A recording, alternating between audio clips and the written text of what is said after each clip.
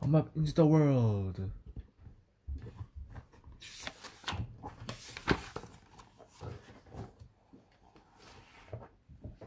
The first time we saw the swing and the slide and the garden of the greenhouse with the big windows, my mother sat down in a chair in the backyard and said she did not want to get up. Ties. And I looked at the garden, and then she pointed out tomatoes, green beans, and the watermelon. That's my mother's belly. Ties, not done to touch the dirt. I asked my mother if I could try the swing, and she said,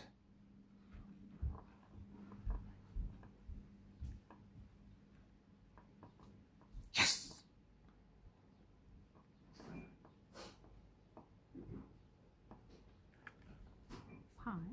Huh? Peter and Tom. The greenhouse became our house.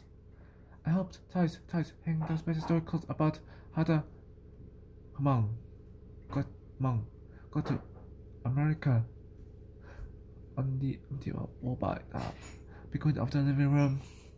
We saw an old man and a woman through the window. They waved. We waved back. Later, my mother and the father brought me across the street. The old man's name was Bob, and the old woman's name was Ruth. Up close, I could see that they were even older than Ties, and I were in the garden picking tomatoes and the beans and chicken and the watermelon when my parents brought my baby was from home from the hospital. I ran to the gate. The boys were smaller than my baby. Those the bad. Carol, the lady dog was there, multi heads and the red lips, and the round brown eyes. Some days the baby cried very loud. I covered my ears with my hands and asked my father to take me outside. Mom and Ruth sat on the special bench. We waved back and forth. The leaves of the two ginkgo trees by Bob and Ruth's house turned yellow like apricots. One day, a brisk and wind blew and the fan-shaped leaves came flying down. They covered the grass and the street and the dark mass of the drain. Bob raked while Ruth sat and watched. I brought in a leaf for the baby to touch, but my mother said, "That's too little." Pigeon and Top. The snow made the world quiet around us. We stopped, seeing Bob and Ruth outside. The snowflakes fell on their driveway and glittered in the grey light. I made a ball of snow for my brothers, but it melted before they woke up from their nap.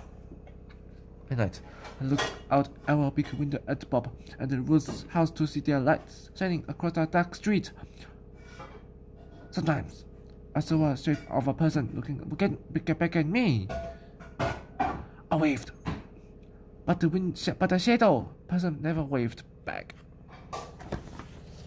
On the cold morning, cars came to our block, filling the street. Car doors slammed as man and woman and thickets walked quickly to Bob and Ruth's house. My father said, "Ruth has died. Her friend is coming to say goodbye." I felt that for Ruth. My brothers just played with the toys above them. The cars kept coming and going the next day and the next. I straight back and forth on my toes by the big window. I tried to lift one of my brothers other people could see how good he was. But he cried and my mother said, "You are still too little to carry. You are still too little to carry him."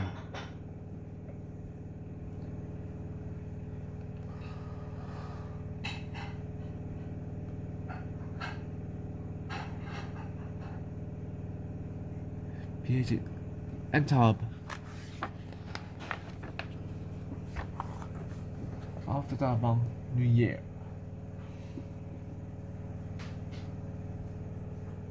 my brother babies that just on their own, and we are all sitting looking out the window together. I kept for them while playing food across the high skies. They laughed every time. The house across the street looked empty. The ginkgo trees reached for the sky with their thin fingers. When the snow started melting, I could not wait to return to the street and the slide and the garden.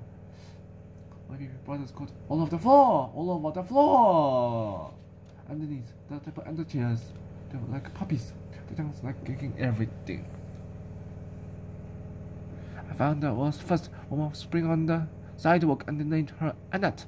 I wanted to bring her inside so my brothers could watch her wiggle, but my mother said, I don't think so. P.A.J. entered. The wood became green again, and finally we all went outside. Ties planted green onions. I picked first from the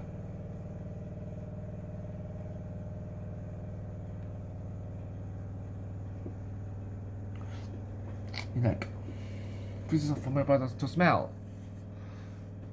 They opened their mouths and they tried to eat them. My mother said, don't let them eat the flowers. P.J. entered. We took the babies outside again the next day after lunch. Bob's garage door opened, and we watched as he pushed out his special bench. He sat down alone. He pulled on my mother's sleeve until she looked at me. I whispered an idea in her ear. My mother and I crossed the street and walked over to Bob. I let the sidewalk talk, bucket, and my hands. I asked my mother to ask Bob if I could draw on his driveway. I said, if he doesn't like it, the rain will come and wash it away. Bob nodded and said, go ahead.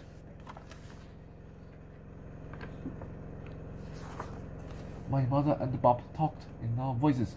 I could hear Bob say, Ruth, she was with me for 60 years. I started my pictures with a teardrop.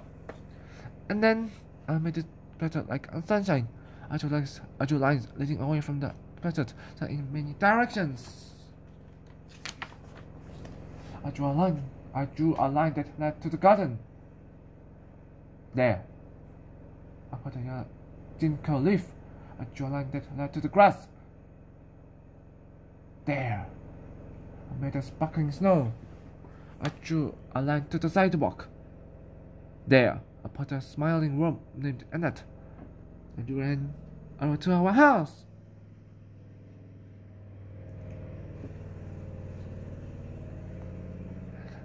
There. I added like flowers. And then I drew a line. The biggest line of a wall. To the street. And then I drew the whole world.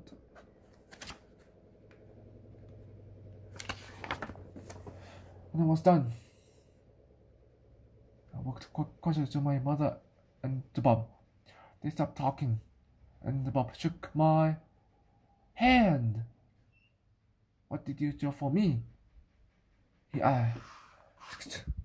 I said in a whisper, a map into the world, just in case you need it. Bob said, I didn't think I might.